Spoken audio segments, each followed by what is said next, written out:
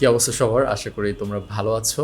আজকে একটা ডিফারেন্ট সেটআপে ভিডিওটা করতে আসছি। বাইরে বৃষ্টি পড়ছে। ভাবলাম তোমাদের সাথে একটা কনভারসেশনাল স্টাইলে কিছু IELTS related tips and strategy share করে থাকি। So welcome to my channel. তোমরা যদি আমার চ্যানেলে নতুন এসে থাকো, my name is G and I share helpful videos related to your IELTS preparation, right? And আমার চ্যানেলের একটাই ইউনিক ডিফারেন্সিয়েটর হচ্ছে যে তোমরা হয়তো অন্য IELTS চ্যানেলে গেলে তোমরা এক্সামে কিভাবে ভালো করতে হয় সেটা শিখবা। আমার চ্যানেলে যে টিপসগুলো তুমি পেয়ে থাকবে সেগুলো হচ্ছে কিভাবে এক্সামে ভালো করতে হয়, বাট মোর ইম্পর্টেন্টলি তোমার ইংলিশ স্কিলটা আলটিমেটলি বাইরে নিয়ে অ্যাপ্লাই করে তুমি একটা সুন্দর লাইফস্টাইল যেন লিড করতে পারো। That's my mission. Okay, so আজকে আমি যেটা বেসিক্যালি শেয়ার করবো তোমাদের সাথে সেটা হচ্ছে যে লিসেনিং এক্সাম সেটার জন্য কিভাবে একটু ভালো প্রিপারেশন নিতে পারো। অনেক স্টুডেন্টসরা দেখা যাচ্ছে যে অডিও মিস করে ফেলে, হ্যাঁ, ওরা কিপ আপ করতে পারতেছে না অডিওটার সাথে, তো সেখানে তারা অনেকগুলো পয়েন্টস মিস করে ফেলে। তো হালকা করে আমি তোমাদের সাথে শেয়ার করবো যে কিছু স্ট্র্যাটেজি, 3-4টা স্ট্র্যাটেজি তোমরা যেগুলো অ্যাপ্লাই করতে পারো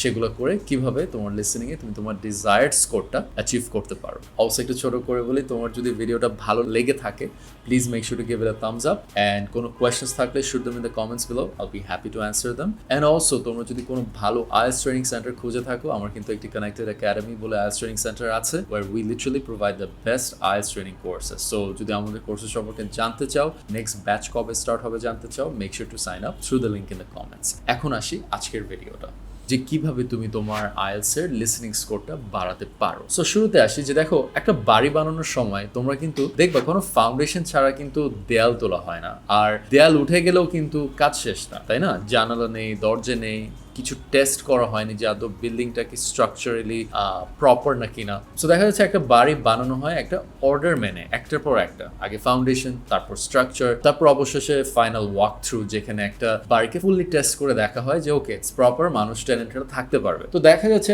IELTS এর ক্ষেত্রে না বেশিরভাগ সময় এই যে স্টুডেন্টসরা তাদের লিসেনিং স্কোরটাও এই ভুল অর্ডারে তারা প্রিপারেশনটা নেয়, একটা ফাউন্ডেশন না বানায় দেখা যাচ্ছে তারা তাদের প্র্যাকটিস টেস্টে চলে যাচ্ছে। অ্যান্ড আজকে আমি অ্যাকচুয়ালি ওই রোড ম্যাপটাই তোমাকে দিব যে সঠিক অর্ডারটা কি। ভাই আমি অডিও ফলো করতে পারতেছি না থেকে দেখা যাচ্ছে যে এক্সামের জন্য রেডি হওয়ার যে স্ট্র্যাটেজিগুলো সেটা তুমি পেয়ে যাও। প্রথম যে জিনিসটা তোমাকে যেটা ভুলে যেতে হবে সেটা হচ্ছে যে IELTS লিসেনিং কিন্তু শুধু তুমি ইংলিশ বোঝো কিনা সেটার টেস্ট না, তুমি একটা কনভারসেশন পুরোপুরি বুঝেও কিন্তু মার্কস হারাতে পারো। কারণ এখানে শুধু তোমার কম্প্রিহেনশনও কিন্তু টেস্ট করা হচ্ছে না, এর উপরে আরও 4টা আলাদা চ্যালেঞ্জ যোগ করা হচ্ছে, যেরকম ন্যাচারাল স্পিকিং স্পিড, যেটা রিয়েল স্পিকার দেখা যাচ্ছে তোমার জন্য কিন্তু স্লো হবে না, রাইট? তার স্পিডটা তোমাকে বুঝতে হবে।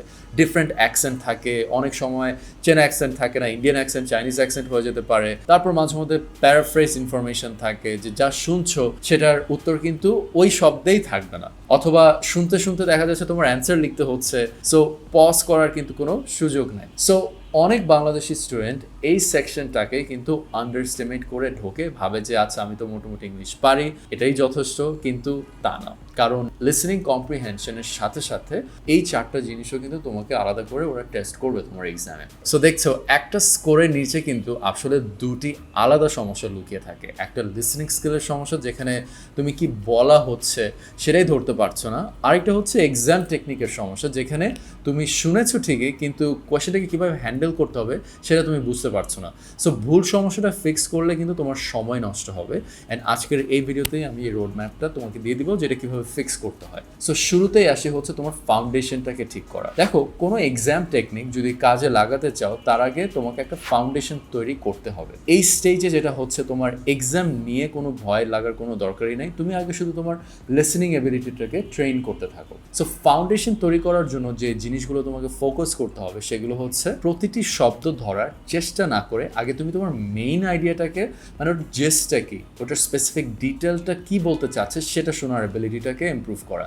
স্পিকার হঠাৎ করে ডিরেকশন পাল্টে দিতে পারে, ওই কনভারসেশনকে ফলো করতে হবে। প্যারাফ্রেজ আর সিনোনিমস এগুলো চিনতে হবে, ঠিক আছে? কনভারসেশনের মধ্যে লঙ্গার টক বা লেকচার থাকতে পারে, সেটার থ্রেডটা ধরে রাখা এবং কনভারসেশনের মধ্যে হারিয়ে না যাওয়া, এই জিনিসগুলোকে তোমার পারতে হবে। সো এগুলো যদি তুমি স্কিপ করে ফেলো, পরে যত কোয়েশ্চেন টাইপ টেকনিকই শিখো না কেন, তোমার কিন্তু ফাউন্ডেশনটা নড়বড় থাকছে। তারপর আসে স্টেজ 2, তোমার স্ট্রাকচারটাকে তোলা। তোমার ফাউন্ডেশন দেখা যাচ্ছে এখন শক্ত হয়ে গেল, এবার এক্সামে কি টাইপের কোয়েশ্চেন টাইপস এসে থাকে সেটা তোমাকে জানতে হবে।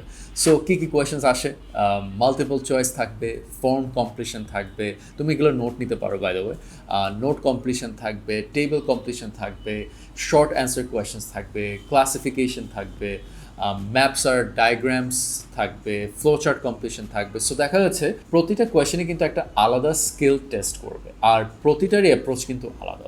সো এটাই কিন্তু তোমার স্ট্রাকচার স্টেজ। এখানে তুমি শুধু শুনছো না, যা শুনছো সেটাকে এক্সামে কীভাবে স্পেসিফিক ফর্মেটে কাজে লাগানো যায় সেটা তোমাকে জানতে হচ্ছে। Stage 3 final walk through. এই টাইমে তুমি যেটা করবা যে এক্সামে যা হয় সেটাকেই তুমি সিমুলেট করবা। যেরকম অনেক স্টুডেন্টসরা কী করে জানো, লিসনিং এক্সামটা যখন প্র্যাকটিস করে ফাইনাল স্টেজে এসে তারা অনেক জাম্প অ্যারাউন্ড করে। আমি বলছি এটা মানে কি। সো যেটা করবা ফার্স্টে একবারেই তোমার টেস্টটা শোনো, মানে বারবার রিপিট করতে যেও না, কারণ এক্সাম হলে তো তোমাকে রিপিট করতে দিবে না। সো একদম রিয়েল এক্সামে যেভাবে অডিও শুরু হওয়ার আগেই তোমার যেরকম কিছু স্ট্র্যাটেজি থাকে, কোয়েশ্চেন পড়ে ফেলা, কোয়েশ্চেনের অর্ডারটা মেনে চলা, বা টেস্টে এদিক ওদিক না লাফিয়ে মানে এক জায়গায় কনসেন্ট্রেট করে সেটাকে অ্যান্সার দেওয়া। অ্যান্ড এমনও হয় যে তুমি ঠিক অ্যান্সার দিয়েছো নাকি ওইটা চিন্তা করে পরের অ্যান্সারটা আবার মিস করো। সো এর থেকে ভালো যে তুমি পরে গিয়ে তোমার ভুল অ্যান্সার্সগুলো রিভিউ করো। সো এই স্টেজে নতুন কিছু কিন্তু তুমি শিখছো না, শুধু জাস্ট একটা জিনিসই হচ্ছে যে তুমি তোমার আগের দুইটা স্টেজে যদি ভালো মতো প্রেশার নিয়ে শিখে থাকো, তোমার জন্য এই স্টেজটা কিন্তু একদম ইজি হয়ে যাবে। এখন আসি সবচেয়ে ইন্টারেস্টিং জিনিস, যে অনেক স্টুডেন্টসরা কি করে জানো,